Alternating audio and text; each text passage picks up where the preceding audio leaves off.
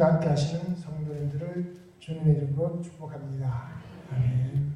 곁에 계신 분들과 함께 인사를 나누겠습니다. 사랑하고 축복합니다.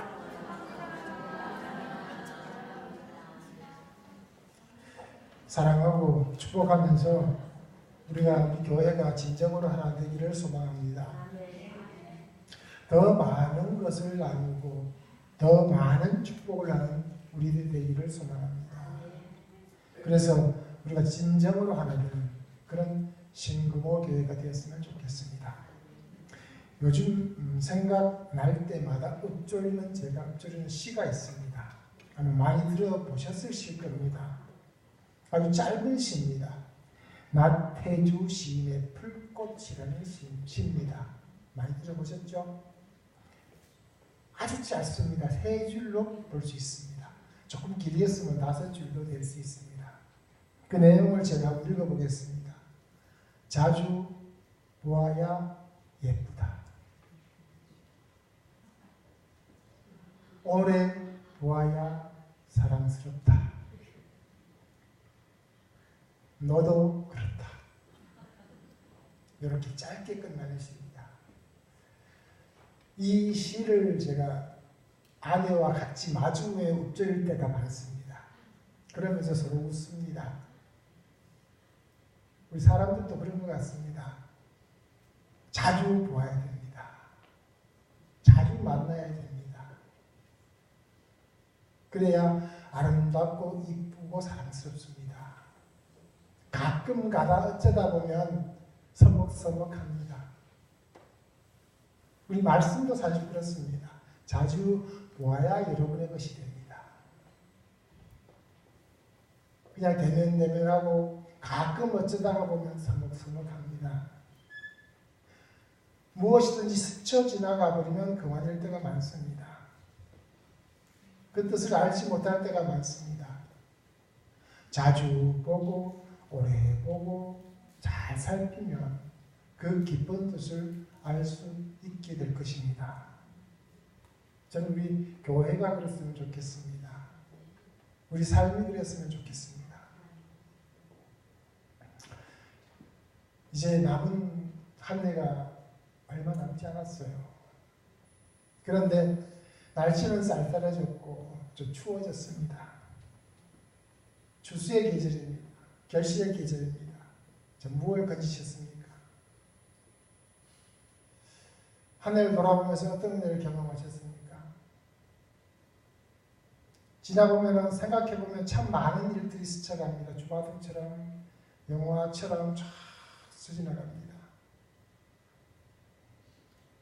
저는 개인적으로 하나님의 은혜를 다시 확인하는 한 해였다라고 생각을 합니다. 사실 많은 복을 받았다라고 저는 그렇게 생각을 합니다. 여러분은 어떻습니까? 흔히 우리가 그렇게 얘기합니다. 잘 되면 내 탓. 잘못되면 누구 탓이요? 주벌주벌 그러니까 무슨 얘기인지 못 알아듣기는. 잘못되면 누구 탓이요? 조상 탓. 잘 되면 내 탓이고 잘못되면 조상 탓이라고 합니다. 어떤 분은 이렇게 얘기합니다. 운명이다. 또 우리 옛날 사람 어르신들은 그래서 지팔자지 이렇게 얘기합니다. 그러나 우리 성도들은 다릅니다. 큰 소리로 얘기해 주시면 감사하겠습니다. 아, 주님의 뜻입니까? 아멘. 우리 인생은, 성도들의 인생은 그렇게 생각을 합니다. 우리의 모든 인생은 하나님의 은혜에 달렸다. 우리 주보 보면은요, 삼면에 보면은 첫 줄에 삼면 교회 소식 첫 줄에 보면 이렇게 기록되어 있어요. 솔리 데오 글로리아. 뜻을 알고 읽으시는 분, 솔리 데오 글로리아. 오직 하나님의 영광. 저는 우리의 믿음을 저는 이렇게 얘기하고 싶습니다. 솔리 데오 그라시아. 오직 하나님의 은혜. 오직 하나님의 은총. 우리 믿음이라고 하는 것은 하나님의 은혜를 깨달을 때부터 그 믿음이 시작된다라고 저는 생각을 하는 겁니다. 멀리 생각할 것이 아닙니다. 지금 이 자리에서 하나님의 은혜를 깨닫고 있는가? 지금 이 자리가 은혜의 자리입니까? 아니면 그냥 매일 오는 그런 일상적인 장소입니까? 매일 이 자리가 은혜의 자리가 될 수 있다면 이 자리가 아니라 다른 장소 어디에서도 지금 여기가 지금 있는 그곳이 은혜의 자리라고 한다면 그분은 분명히 매일 은혜 속에서 살고 있는 겁니다. 그런데 세상 밖에 나가면 은혜의 자리가 아니고 여기만 은혜의 자리라고 한다면 뭔가가 문제가 있는 겁니다. 지금 이 예배의 자리가 은혜의 자리인가 스스로 한번 물어보시기 바랍니다. 지금 여기가 중요한 겁니다. Now, here. 여기가 지금 여기. 지금 여기가 은혜의 자리가 될 수 있다면 그 사람은 평생 어디에서 어떻게 살아도 그 사람은 은혜 안에서 살고 있는 겁니다. 지금 이 자리가 은혜의 자리가 되지 못하면 어디에 있었어도 은혜의 자리가 되지 못할 겁니다. 그래 우리가 나중에 보자라고 하죠. 나중에 어떻게 하면 되겠지. 나중이라는 시간이 언제 올지 모릅니다. 지금 여기가 중요한 겁니다. 지금 이곳에서 하나님의 은혜를 경험해야 합니다. 그래야 할 때 매일 순간순간이 은혜의 자리, 축복의 자리가 될 수 있습니다. 하나님의 은혜를 경험하는 사람과 그렇지 못한 사람은 분명히 삶이 다릅니다. 은혜를 경험하는 사람은 고난이 있어도 감사하고 어려워도 감사하고 기쁘면 더 감사하고 좋은 일 있으면 더 감사하고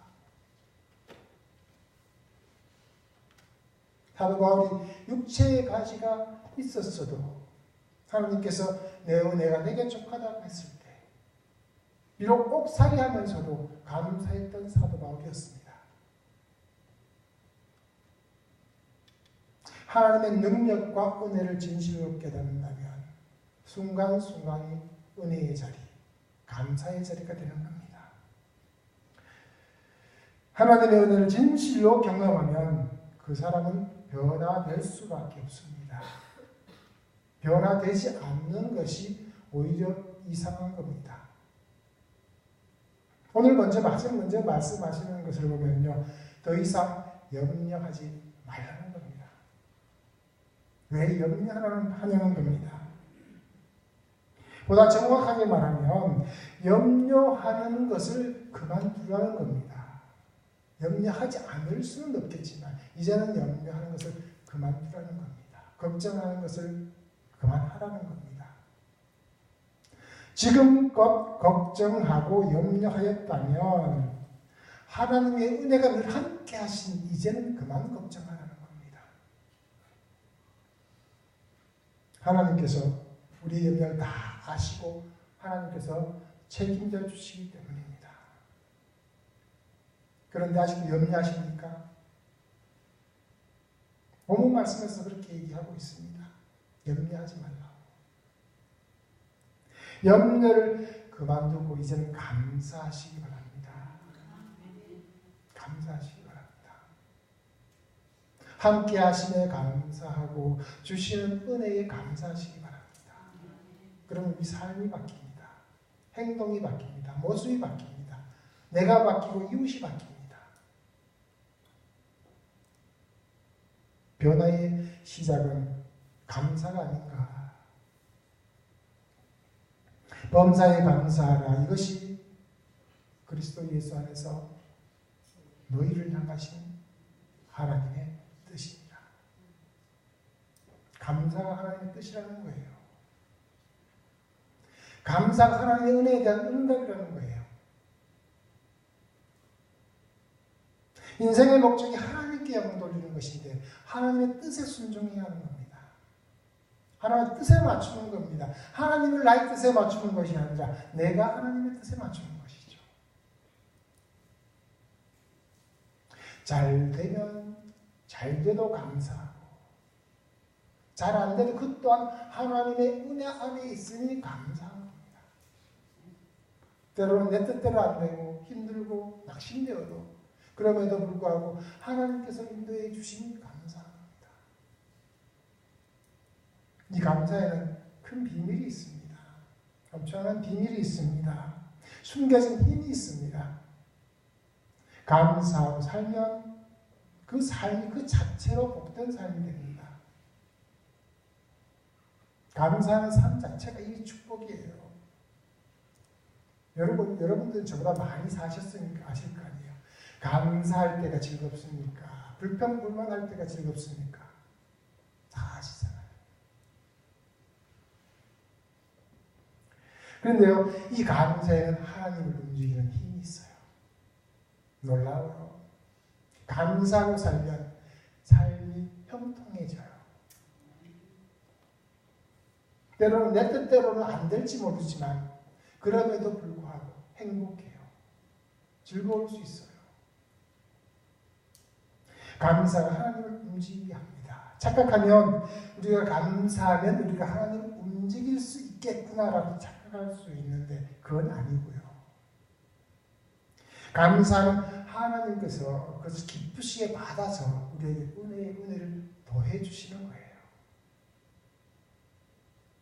하나님께 감사하면 하나님께서 우리의 마음을 하시고 움직여 주신다는 거예요.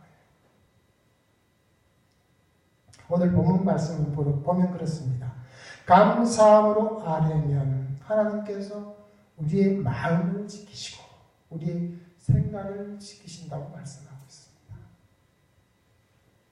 우리는 자주 흔들립니다. 세상 속에 나아가면 세상 것을 보면서 엄청나게 흔들립니다. 저것도 좋아 보이고 저것도 좋아 보이고 저렇게 사는 것도 괜찮고 저 아파트를 하고 싶기도 하고 그렇습니다. 그러나 우리의 마음은 오직 하나님께로 향해야 되는데 그 마음을 지켜주시는 분은 하나님 뿐이시기 때문입니다. 정한 마음을 주시고 영을 새롭게 해주시는 분은 그분밖에 없기 때문입니다. 바른 길을 걷게 하시고 생명의 길로 나아가게 하십니다.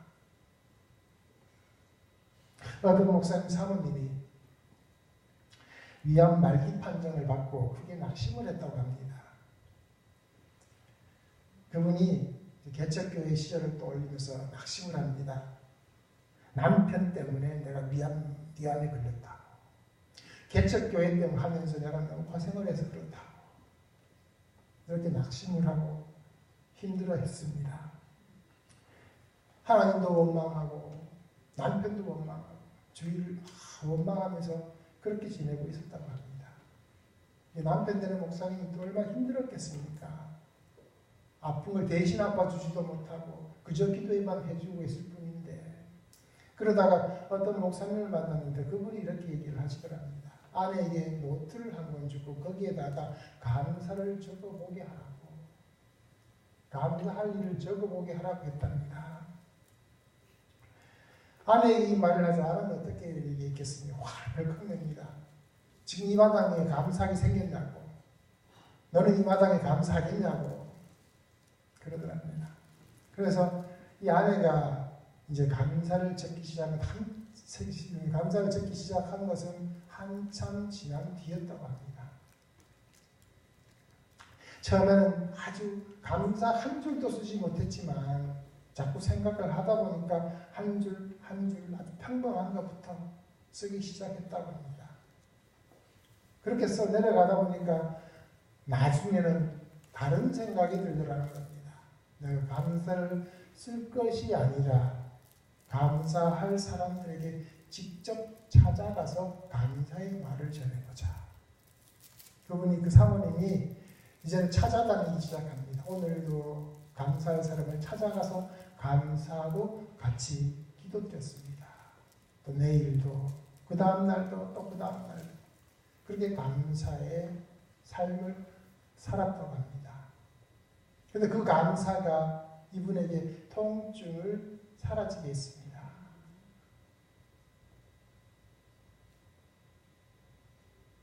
다리에 힘이 붙고 몸에 활력이 붙더라는 겁니다. 병원에 가서 진찰을 해보니까 의사가 깜짝 놀랍니다. 암세포가 깨끗하게 말끔히 사라졌다는 겁니다. 일화일 뿐입니다만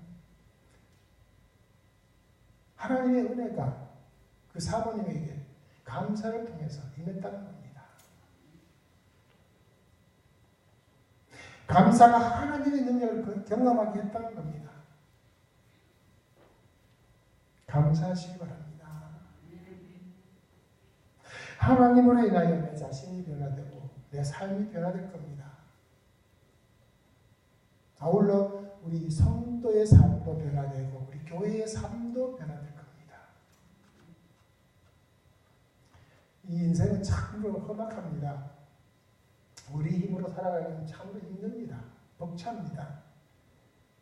인생의 고비고비를 지나면서 이 사실을 사실 뼈저리게 느끼게 됩니다.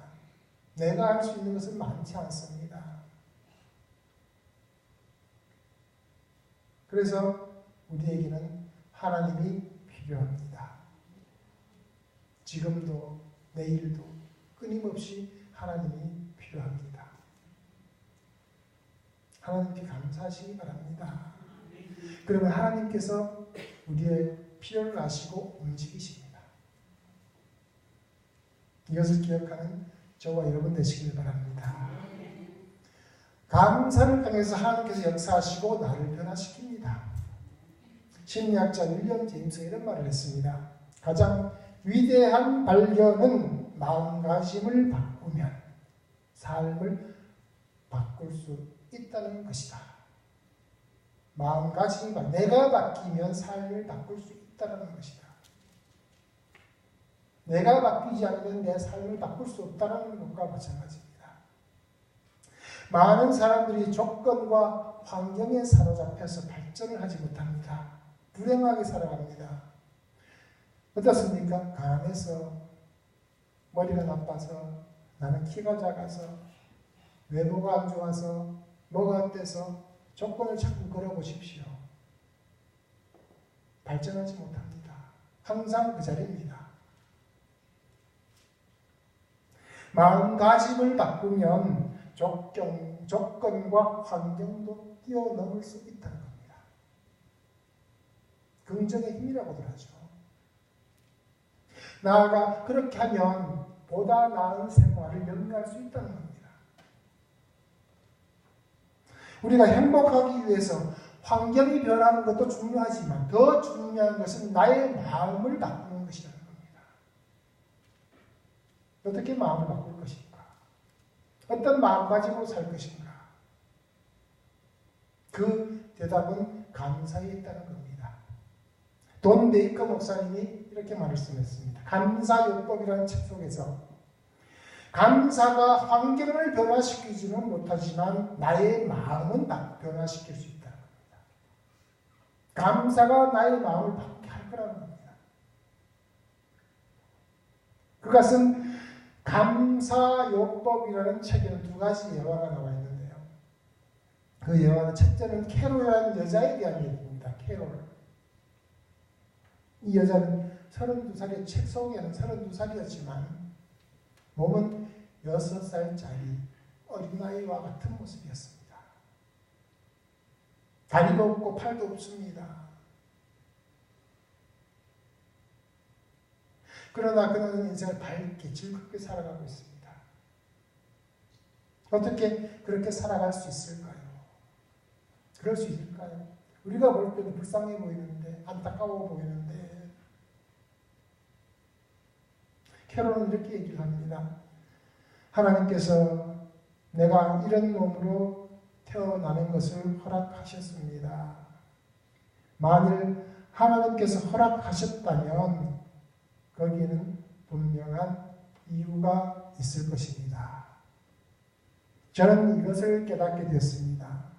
그러자 불평과 원망이 사라지고 하나님을 찬양하고 감사할 수 있었습니다. 그 감사가 내 인생을 새롭게 살게 해 주었습니다. 또 한 개의 예화는요, 안드레아 보첼이라는 사람입니다. 이름 들어보신 분이 있을 수도 있습니다. 꽤 유명한 분입니다. 이 사람은 선천적으로 녹내장을 앓고 있는 사람이었습니다. 그런데 12살 무렵에 축구를 하다가 공에 머리를 맞고 시력을 상실합니다. 그는 시력을 잃고 나서 이렇게 말을 합니다. 시력을 잃고 슬퍼하는 것은 일주일이면 충분했습니다. 슬픔을 이길 수 있었고 현재 상황을 인정하고 받아들일 수 있었습니다. 그리고 다행히이란 상황도 감사할 수 있었습니다. 시력을 잃었음에도 불구하고 그는 열심히 공부를 했습니다. 우리가 흔히 말하는 사자가 됐습니다. 변호사가 됐습니다. 그런데 이분은 여기서 그치지 않았습니다. 노래 부르는 것을 상당히 좋아했던 사람이었는데 퇴근 후에서 카페에서 노래를 부르기 시작했습니다. 노래를 워낙 좋아해서. 그런데요, 이것이 계기가 되어가지고 어떻게 됐습니까? 루치아노 파바로티를 만나게 됩니다. 그와 협연을 하고 그래서 세계적인 성악가가 됐습니다. 세상적으로 잘 되는 게 중요한 것이 아니라 감사함을 통해서 자기를 변화시키니까 새로운 삶을 살 수 있게 됐더라는 겁니다. 불평불만만 하고 있었다면 어떤 변화도 일어나지 않았을 겁니다. 어떻습니까? 감사가 환경을 변화시키지는 못하지만 나는 변화시킬 수 있습니다. 나는 바꿀 수 있습니다. 사실 사람들은 환경에 갇혀서 환경 탓을 하면서 포기해버리는 경우가 허다합니다. 그렇기 때문에 자신을 발전시키지 못합니다. 가난한 사람은 그 가난 속에 자신을 가둬버리고요. 장애를 가진 사람은 그 장애 속에 자신을 가둬버리고요. 배우지 못한 사람은 스스로 무지하다고 스스로 가둬버립니다. 그런데 그게 사실은 아무것도 아니라는 겁니다. 사도 바울은 복음을 전하다가 로마 감옥에 툭 댔지만 불평하고 원망하는 것이 아니라 감사로 나갔습니다. 감사가 견디기 힘든 상황과 조건도 견디게 하고 좀 전에 말씀드렸다시피 하나님을 움직이게 해서 놀라운 하나님의 은혜를 경험하는 그런 계기가 되었던 겁니다. 하나님께 감사하는 마음으로 현재 우리를 가다놓고 있는 그 어떤 것도 구애하지 않고 스스로를 변화시켜서 그런 환경을 뛰어넘는 저와 여러분 되시길 소망합니다. 또 한 가지는요, 감사는 관계를 강화시켜줍니다. 고맙다는 말을 자주 하면 관계가 더 친밀해진다고 합니다. 좋은 말, 옳은 말, 바른 말 자주 쓰면 그 사람을 변화시킵니다. 상대를 변화시킵니다. 심리학에는 사실 심리학에서 공동의 힘이라고 한답니다. 공동의 힘. 고맙다는 말을 자주 하는 사람이나 듣는 사람 모두에게 만족감과 책임감을 준다고 합니다. 만족감과 책임감을 준다고 합니다. 그래서 다른 사람이 그것이 전달돼서 관계를 돈독하게 해준다는 겁니다. 데일 카네기의 인간관계론이라는 책에는요, 리더가 되기 위한 조건으로 감사를 들고 있습니다. 그 사람의 장점을 잘 파악해서 칭찬하고 감사하면 인정받는 리더가 될 수 있다는 겁니다. 어떤 사람들은 자꾸 어떻게 보면은 질타를 하고 지적을 하고 이런 분들이 많습니다. 그러면 그 관계가 돈독해지기보다는 조금씩 더 멀어지는 경우가 많습니다. 칭찬하고 장점을 극대화시켜주면 그 관계가 더욱 잘 돈독해질 수 있다는 것입니다.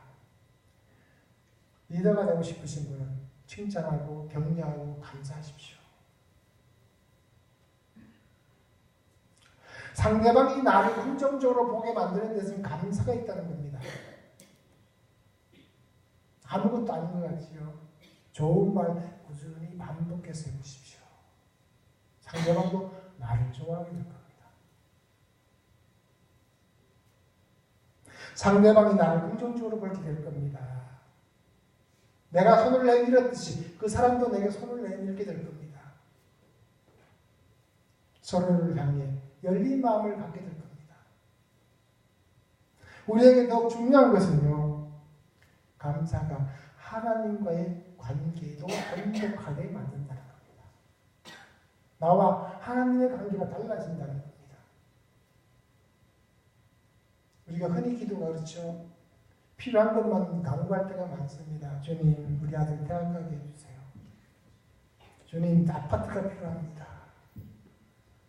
주님, 뭐 때문에 뭐가 필요합니다. 이런 기도가 아마 태반일 겁니다.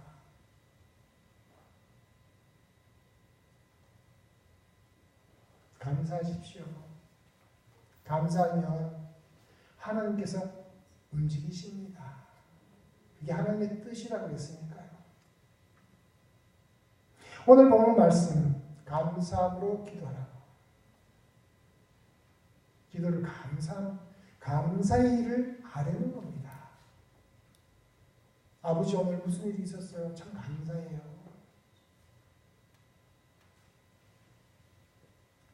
아버지, 내가 부족해서 아버지 뜻을 쫓아가지 못했는데 그래도 감사해요. 그래야 우리 기도에 하나님께서 응답하십니다. 필요를 아시고 채워주십니다.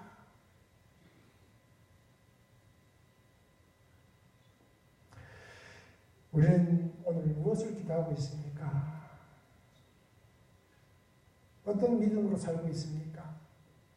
믿는다고 하면서 하나님의 뜻에는 순종하고 있습니까? 한 해가 마무리되고 있습니다. 이제 2달 남짓 남았습니다.